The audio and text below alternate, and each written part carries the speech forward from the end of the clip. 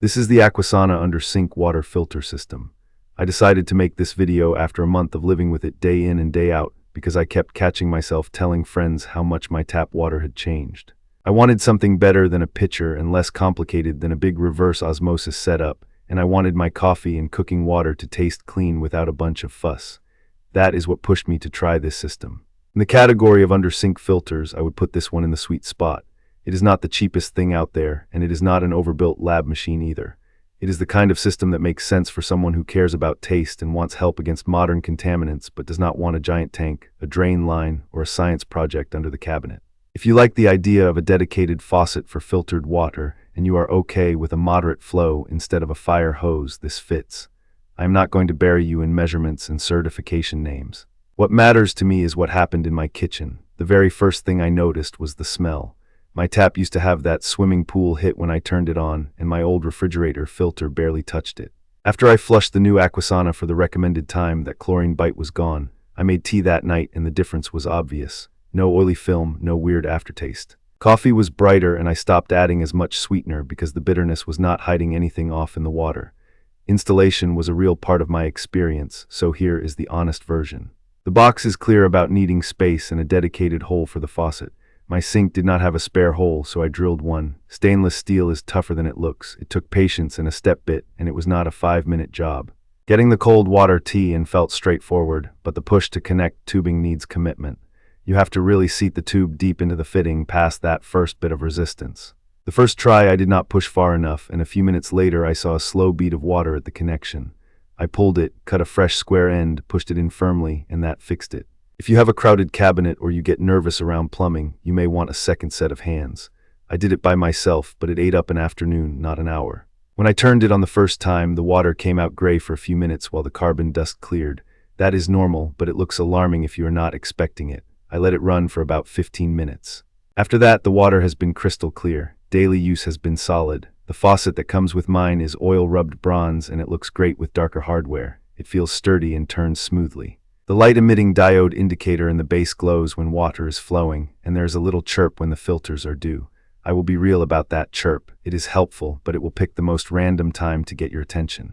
Mine decided to nag me at 2 in the morning once. Now I keep a spare set of filters and a little coin-style battery in the drawer so I can swap things without a late-night serenade. The stream is gentle. It puts out about half a gallon per minute. That is perfectly fine for filling a glass, but if I am filling a big sports bottle, I lean on a small workaround. I keep a pitcher in the fridge. I fill the pitcher once and then I am not standing at the sink every time I want a drink. If someone is showering or the dishwasher is running, the flow can drop a little more, so that pitcher trick earns its keep. Taste and smell improvements are the headline for me, but there are a couple of other benefits that I actually feel in real use.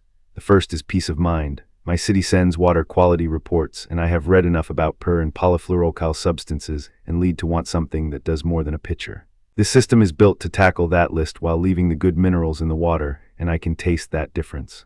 The water does not taste flat the way some reverse osmosis systems do. It has that natural crisp feeling because calcium and magnesium are still there. The second is maintenance. Changing the filters really is a twist off and twist on job. The first time I rushed and pinched an O-ring and I saw a little puddle under the red housing the next day. That was on me. Now I take a breath, make sure it is seated, twist until it clicks, and it has been bone dry. The third is knowing it does not waste water. There is no drain hose dumping reject water while I run the faucet. That matters to me. Compared to what I had before, this is miles ahead. My old refrigerator filter was slow and seemed to be more of a taste bandage than a real fix. The chlorine smell was still there, just dulled. I used pitchers for a while too, but I was constantly refilling and swapping cartridges. With the under-sink setup, I do not think about it. I use it for drinking, for cooking rice and pasta, for the kettle, and even for the pets. My cat stopped giving me that look at the water bowl, which I am taking as a positive review. I also looked at pricier options, mainly reverse osmosis systems with storage tanks. Those can drop total dissolved solids to very low numbers, which is impressive on paper, but you pay with a more complex install, a tank that eats a big chunk of cabinet space, a connection to the drain, and you usually waste some water while producing clean water. The taste can lean flat because so many minerals are stripped out.